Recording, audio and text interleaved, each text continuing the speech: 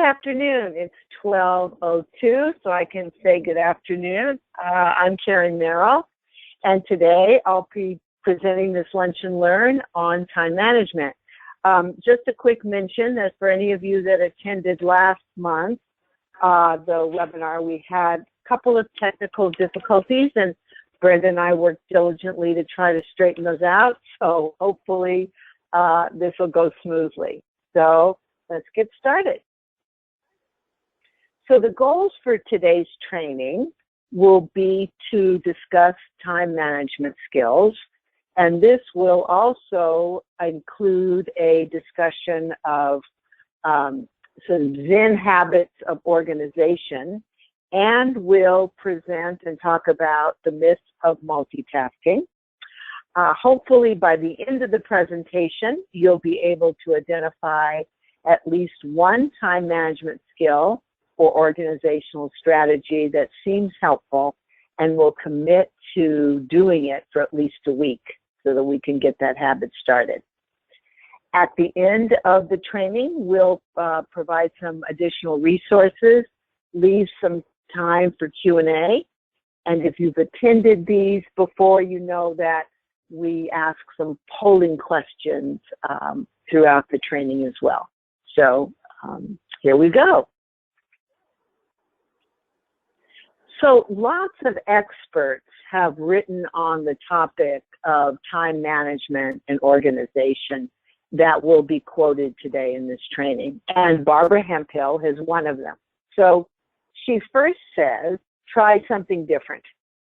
Choose your rut carefully, because once we're in it, we may be in it for the next 30 miles. If we liken this to disorganization, we can say that some of us have been fighting disorganization for 30 years. Even when we do get out, it's so easy to slip back in again.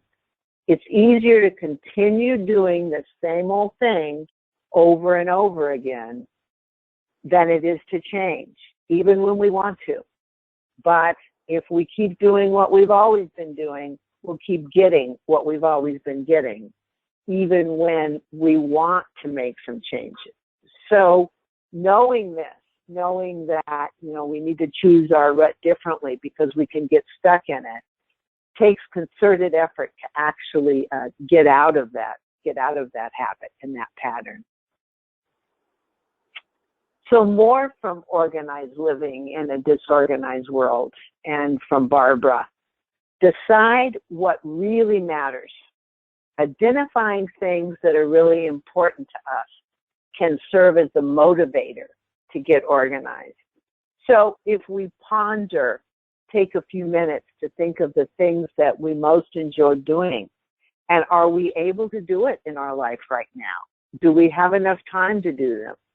If not, how could we find more time? How would doing so impact our work and our personal life?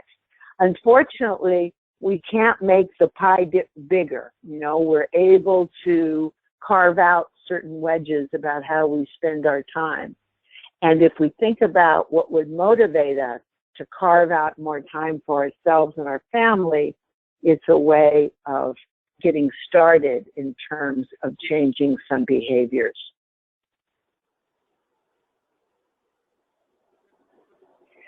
So many of us, particularly in today's world, struggle with balancing our two lives, our home and our work life. And sometimes our work life blurs into our home life, as family members will constantly remind us.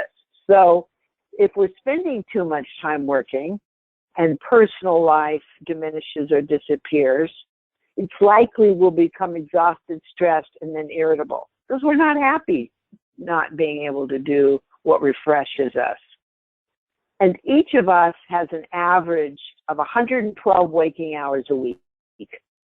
So logically, the more successful we are at completing our work and taking this time for ourselves on a regular basis, the more often we'll feel satisfied and in control of our lives.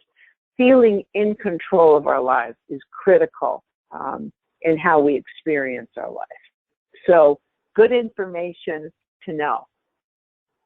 So our first polling question, according to Dr. Epstein, how much time should we schedule for ourselves each day to do what we want to do? And this is, we'll learn this as we go through Epstein's material, but just to get an idea of what you think now. 30 minutes, 45 minutes, an hour and a half. What's the recommended duration of time that we should kind of define for what we want to do? We'll give you a couple minutes.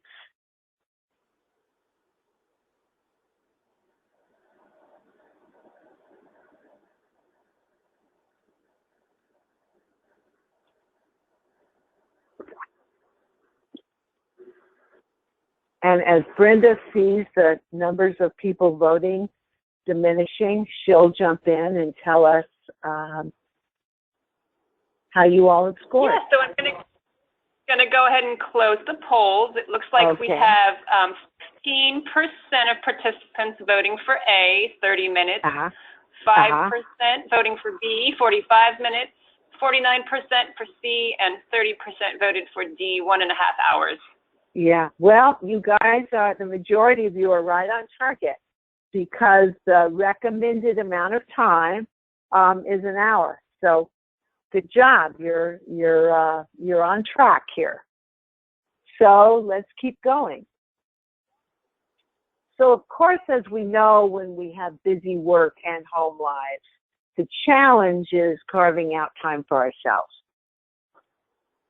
We're told by experts that it's imperative that we make time for rest and relaxation, setting aside an hour a day to do what you want, to do what we want. And that may be that you take that time for yourself where you're exercising for an hour or meditating or any number of things. Or it may be that you choose part of that hour with your family or partner.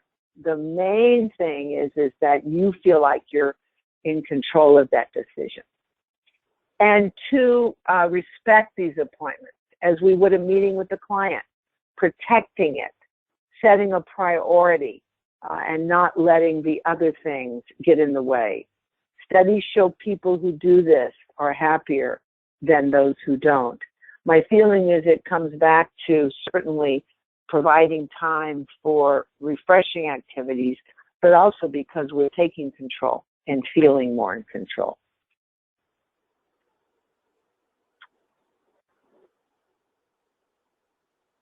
So Dr. Epstein tells us that we should do these 3 things every morning to create professional balance at the start of our workday for balance and purpose. Eat breakfast, list your daily goals, and determine your top priorities to plan your day. So this is a very different picture than a chaotic kind of whirlwind of trying to get 15 things done at one time before you rush out the door or before you sit at your computer to telecommute. I know for me, I can get caught in that whirlwind at the beginning of the day.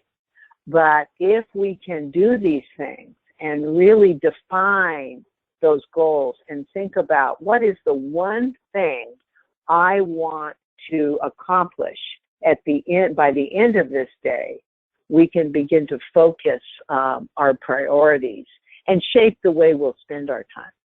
Takes practice. All of this takes practice, commitment, and concerted effort. Common time wasters. So, self-generated. Lack of prioritizing, kind of doing that thrashing around, going from one place to another. Being disorganized, not really learning how to organize our work or our time or our errands at home. An inability to say no, wanting to respond to others and please others. Gossip, we all know that workplaces, gossip is common. You know, it's a way of spending time. It can feel like downtime, but in fact, it can also rob ourselves of productive time. Perfectionism is a time waster, not letting go of a task until we think it's perfect, which is unrealistic. Wanting to do everything ourselves, not trusting that we can delegate and something will get done. And this can be both at home or at work. And then procrastinating, putting things off because we don't want to get to it or you don't want to face it. These are common self-generated time wasters. Environmental time wasters, thinking about specifically the workplace, drop-in visitors, having trouble setting boundaries with visitors that come by the office, sit down and chat. And, you know, it may be their way of procrastinating, but be clear that it also may be a way of wasting your own time. Telephone calls, interruptions from telephone calls, voicemails and emails, unanticipated kinds of things that occur. Meetings that are unproductive and not well managed and go on and on. I know that I've been a party to a number of meetings that I just felt like I wish they would end. Lack of training. Many times our colleagues or ourselves are put in a position hastily without the proper training on the front end, and then being frustrated with really not knowing where to turn when we can't feel like we can't get the job done, makes us feel helpless. Paperwork and administrative tasks are common time wasters, and crises. Now, some of these things happen and are unanticipated and must be dealt with. But some we can avoid, or at least we can limit the time duration around these things.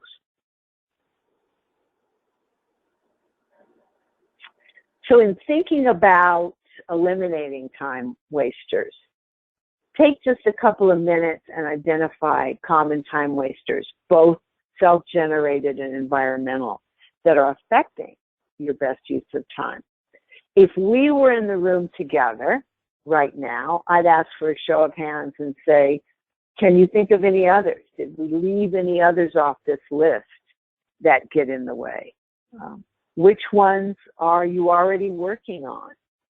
Which ones seem like they might be helpful that you can act on immediately?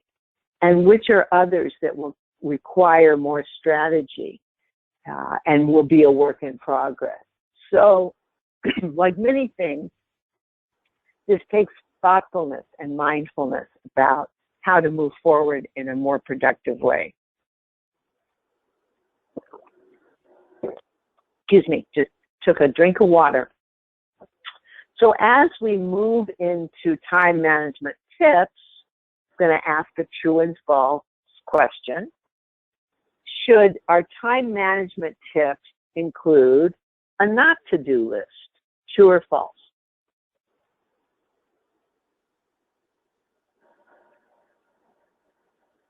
We'll give you a couple minutes.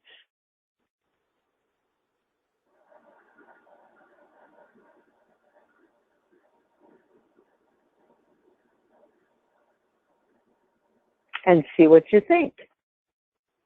Okay, so it looks like 74% of participants voted true and 26% voted false. That's right. Yeah. So have you all wondering if you either know this material or you've been able to look ahead on the training? But that's absolutely right. Having an idea, a good idea of what works best for us, having an idea of what the time wasters are, when we're the most productive, all those kinds of things can really help us determine what not to do as well. So having a not to-do list is important. when we think of time management and organization. So moving on to the tips. So eliminating waste, those things that really, just get in the way, whether it's time or paper, the wasteful kinds of things. And we all have some of that. It's defining what they are and eliminating that. Time, allowing time for the unplanned. So we talked about on that last list that sometimes crises occur. Well, they're going to. So when we make our to-do list, putting in some time for, air time, so that if something happens, you haven't designated everything and don't have room for that. Being realistic about what we can accomplish is very important. I, for one, have overwhelmed myself with having way too many things on a list of what I want to do, and can feel defeated at the end of the day when that doesn't happen. So being realistic. In fact, it's better to think smaller and then get more done than thinking too big and feeling, badly about what you can't accomplish. So creating a not to-do list of tasks that we need to either delegate and trust delegating, or simply stop doing. Stop thrashing so you can float to the surface. So that's that, kind of taking a deep breath when a crisis occurs and gaining control of it. What can happen, on the other hand, is we can feel overwhelmed. We can flood ourselves. It's kind of like flooding a gas tank in your car, and you can't start the car. You can't think clearly. You're eliminating the oxygen to the brain. So really taking control. And important to take frequent short rests when we need them to restore energy, clarity, enthusiasm. So many times we think, well, I've got so much to do if I just work through lunch or not take a break. When in fact, if you get up from your desk and walk around and just shift positions, it allows more oxygen to flow and you feel more refreshed. Learning from experience about doing more of the activities that yield the best results, so that we have an idea of what that looks like for us. More time management tips. Learning to say no. How hard is that? I mean, it is really hard. And for the women on the call, I think it's harder for us because we tend to be pleasers. But we can really do this to our own parish. We really need to be able to set boundaries and learn to say no. The challenge, of course, is when there's an authority or whatever that's directing us in that way, and knowing how to communicate that we need priorities set if too many demands are being asked of us. When we make a mistake, moving on from it, not dwelling on it, learning from it, and then letting it go and get on with what comes next. Setting our ego aside and encouraging others to point out our errors. This isn't easy in work groups, but asking for feedback and perspective around how we accomplish things. Is there a pattern in our mistakes that we can avoid making them again? We talk about, that rut and how it's easy to do the same thing over and over again. Well, that can be the same with mistakes too. So finding a pattern, learning from that, and knowing when to make some changes. So this is, this takes time and a commitment, but if this is an area of time management and organization is an area for you that you want to improve, if you kept a log for a week's time on how you spend each day, you'll learn a lot. We learn if we accomplished our most important priority, what trends we notice about the way we spend our day. What's the most productive time? Why is that? I, for one, am a morning person. So if I need to make difficult decisions or tackle a task that takes the most energy, I'm smart enough to know and learn that I better do it in the morning because the afternoon is not the time. But for others, it's exactly the opposite. Afternoons are their most productive time. So what or who caused the majority of interruption? And what can we do about that? How do we get more control of that? And really thinking about at the end of the day, what were those 3 biggest time wasters? And what did they look like? And are those things that can be altered?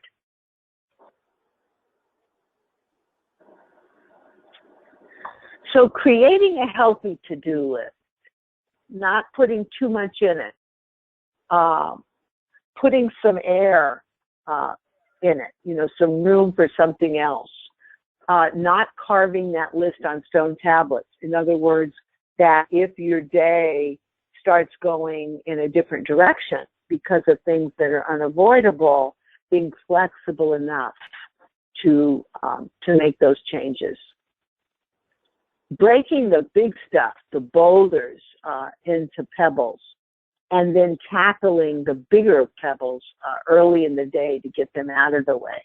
I don't know if any of you remember Covey's work on the 7 habits of successful people. He had this, he created this visual of this big jug that if we weren't careful, would fill it up with sand or really things that weren't all that productive. So his thinking was, put the big things in first and then put the sand around it, tackling the tough stuff early to get them out of the way, and then getting to the quick to-do things done as quickly as possible. Scheduling long range as well as short range goals, keeping a vision of that. And scheduling breaks, again, some timeout time and little rewards about what we've accomplished.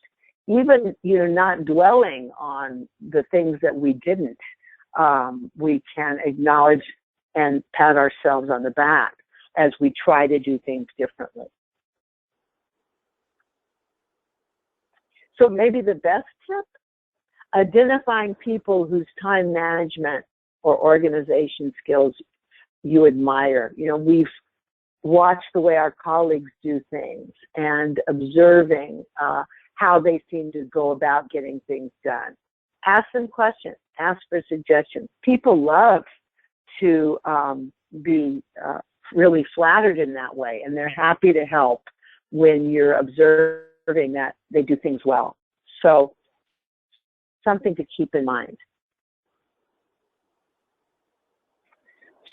So something to ponder. And again, if we were in the room together, I'd ask for your responses. But which of the time management tips that we've talked about do you currently practice? And which 1 or 2 can you begin to try immediately? What sounds like helpful ideas? So now we're going to move into what we call the Zen Habits top 12 organizing tips. And as we do that, I'm going to ask polling question 3. Which of the following are not Zen habits? Number 1, everything in its place. Number 2, starting small. Number 3, creating routines. D, clean work area at the end of the day. And then the last one, making use of calendars, online, on the wall, etc. So we'll give you a few minutes here and ask for your response.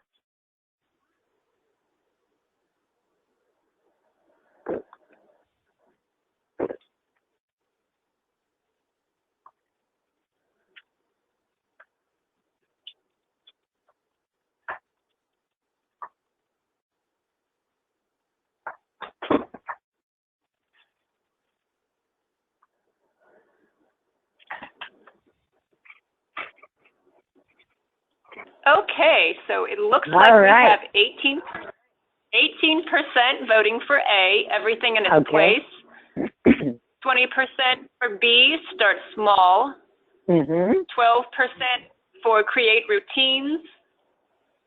14% for clean work area at the end of the day, and 41% voted for make use of calendars, online, on the wall, etc.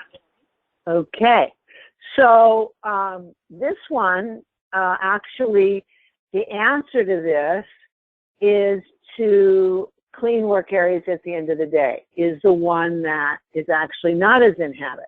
And what we'll learn as we go through these things is that the Zen habit is to clean as we go, to clean as we finish a task rather than waiting till the end of the day. So this is one thing, and this is just something that, you know, they all kind of make good sense, but the theory of the Zen habit is that we clean as we go. So something to learn. So this first one is what they say is the most important, that if we can get used to having everything in its place, we can actually skip the rest of them. So how do we do that? For everything that we own, to designate a place for it. So even labeling some of those places to make it easier to remember, particularly in the workplace. Find something that doesn't have a place right now, designating a place for it. Then if we simply put these things back where they belong when we're done. I think part of this is that because we're generally, you know, moving from one thing to another fairly rapidly, we just don't take the time to put things back in place. We think we'll do it later, but oftentimes we don't. And it just contributes to a sense of chaos when that happens. Start small. If your life, home, or office are disorganized, don't try to conquer it all at once. So have you ever set goals and then felt really badly when we fall short of accomplishing all of them? That happens when we kind of bite off more than we can chew. We set ourselves up to fail when we take on too much. So choosing a small chunk at a time, maybe the top of our desk, or at least one part of it, and organize that. Come up with a simple system that works for you to keep it organized, and try to practice that system until it becomes a habit. Maybe that's a week or so. And you know when that starts to become second nature. Then expand your zone of organization further to a new area. Another area of your office, or if you're at home, another area of the house. One chunk at a time, we can get organized rather than thinking, oh my goodness, now I'm going to tackle them all at once. It's not realistic to think that we can do that. Much better to take it slow. Number 3, creating routines. One of the best ways to keep ourselves organized is to make routines for everything. Errands, laundry, finances. And if we do this one at a time and make it a habit, it optimizes your life in that way. Our brains like the same thing. It's what the rut is, right? So the routines, if they're working for us, then our brains will take up that habit in a way that we're choosing. We can create positive ruts too. So something to keep in mind. Cleaning as we go. So their theory is, rather than big cleaning binges, cleaning things as we go. Done with one project at work, file that away. Close that document or browser on your computer. If you're at home, done doing some dishes, wash them right away. Clean as we go. It takes us from one task, actually, to another. All info in one place. Whatever works best for you, a text document, a wiki, or some other type of system to keep information you regularly use in one place. so you don't have to look for it. I don't know if you're like me, but I have spent a lot of time having to reset passwords because I didn't put everything in one place and had them all scattered everywhere. So if we can learn to have everything in one spot, it's much more helpful. Put it away now. Done doing something, most people will put it somewhere nearby, right, with the intention of putting it away later. But messy houses and offices are full of these intentions. Instead of letting these things pile up, put them away immediately. You're much less likely to forget where it belongs or what you did with it if you put it away now. Using an inbox and then emptying it. Instead of having all files open on your computer or papers all over the place, use one inbox for all incoming things, or one at home and one in your office. Then you'll never lose a piece of paper again. Empty it regularly, whatever this works in terms of your input, whether it's, daily or whatever, but that it keeps it clean and well managed. Keep a simple filing system. If your filing system's too complicated, chances are you won't use it. You'll create some elaborate system, feel good about it, and then it won't get used. Calendars are great to schedule personal things, work things, whether it's online, on the wall, or whatever it is. And I like this last one, creating what they call a landing strip. Establish a consistent place to put keys, cell phone, wallet, things inside your purse so you can find them at home and at work. And then get used to putting it there. It can save a lot of time. And more than that, it can save a lot of frustration. So now we're going to move on to talking about multitasking. So today, multitasking to be more productive, true or false?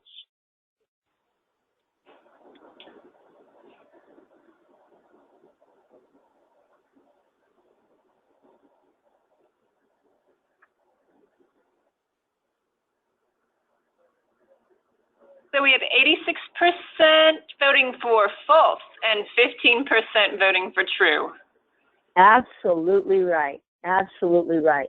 Sounds like because of the way you answered, you understood that really multitasking is switch tasking. No matter how we do it, we're going between two things that isn't very effective or efficient.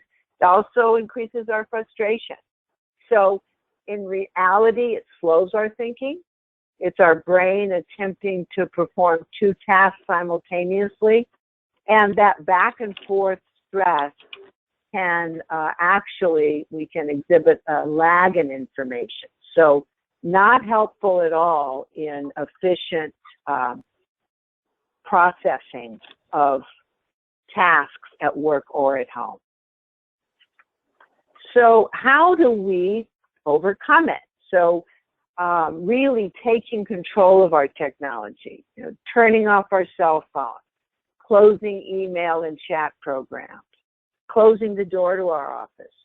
It may be tempting during this webinar for folks to look at email and whatnot, but it really is, you get much more out of things if you can focus on one thing at a time.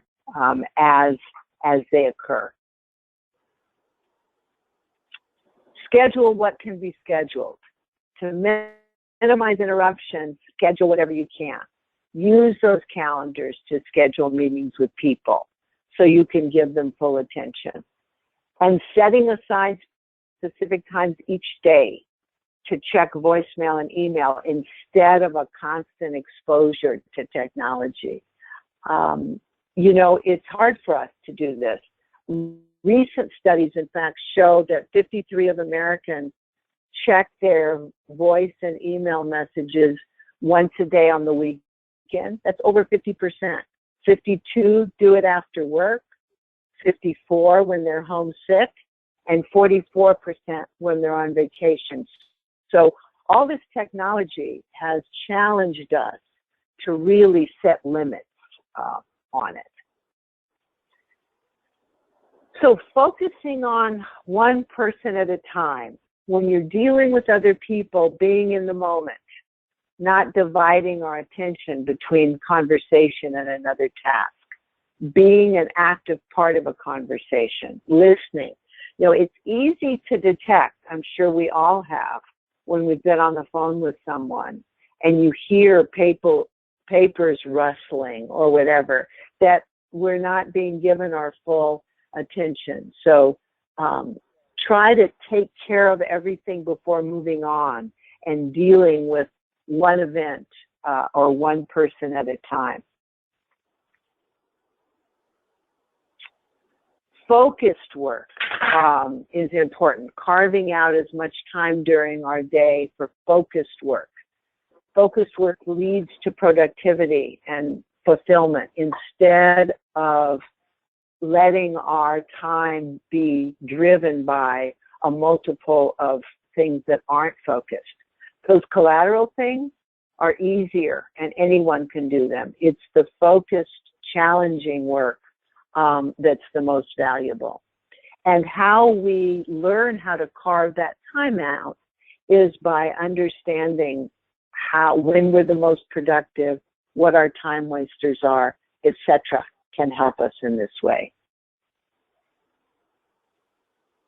So focusing also kills that overthinking that we can get into. So if we focus on one thing at a time, we'll stop diluting the energy that's going to that task. We'll stop overthinking because our mind will have direction and purpose. Focus destroys that, destroys the byproduct of too much to do by forcing us to take one thing at a time, and when those other tasks come into our mind, putting them aside until we've accomplished what's in front of us. We take the first step, which is really the hardest and most difficult of any project. So this one I really like. I think this is important, is that focus is like building a muscle. The more time we spend focused, the stronger that ability to get. It's like exercising. It's like strengthening muscles and, toning and all those things. The more you do it, the better you get at it. If we regularly force ourselves to focus on something, anything, on a consistent basis, then the ability becomes easier. Again, it's kind of like that rut where we started, that our brain likes consistency. And if we can do that, we grow the focus like strengthening a muscle. So an activity, like we kind of looked at before, as with time management tips, reviewing the tips on organization and multitasking. Which ones are you doing now? Which ones can you commit to trying for at least 1 week? So you took the first step today by committing to spend an hour on this topic and feeling like that was a valuable use of time. So the next step will be to challenge yourself by taking one or two of these suggestions and trying to put them into action. So here's some resources, some material that's been written on these subjects if you'd like more information about it. You've also got a couple of handouts that are attached to this training that helps with goal setting and focusing and some other tips that would be valuable for you to open up and take a look at. And it looks like we still have a few minutes left, so I want to open it up to any questions that you may have in these last few minutes.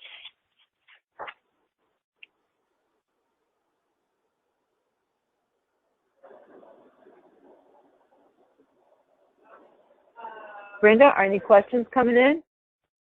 I'm just taking a look here on the question panel. It doesn't look like we have any questions at this time. We could give it a few more minutes to see if anyone.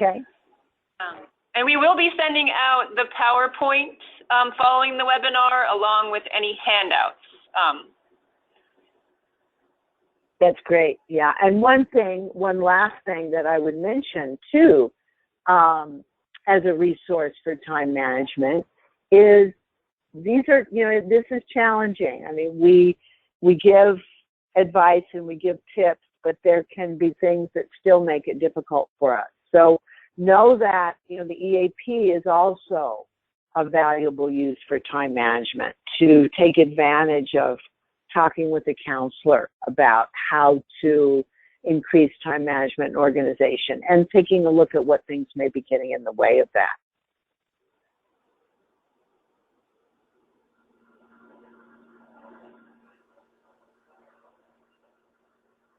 So anything coming in?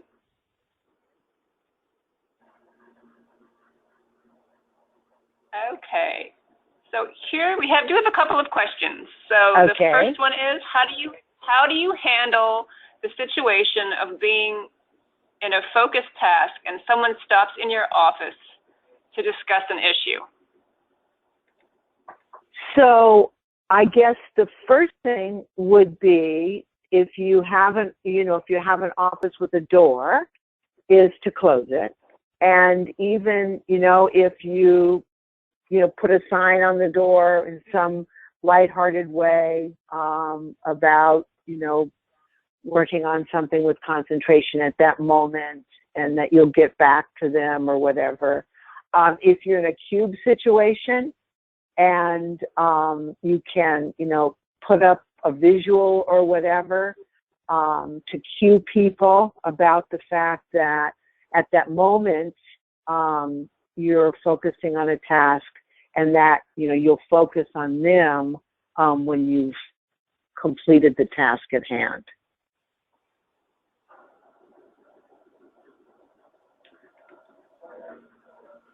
Okay, thank you, Karen. Sure. We have one more question here. What is the best practice to handle a large amount of conflicting high priority tasks? So, and I think that this is not unusual. I mean, I think that it happens to us in, high demand situations and high demand work. Is I would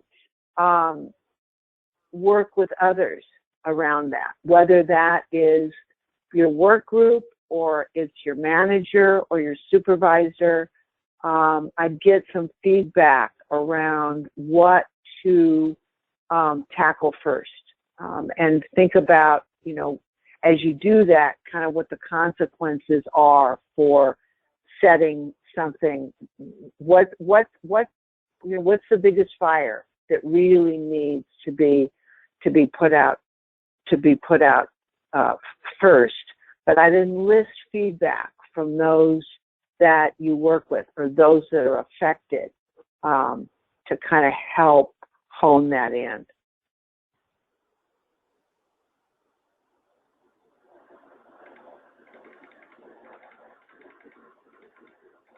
Anything else?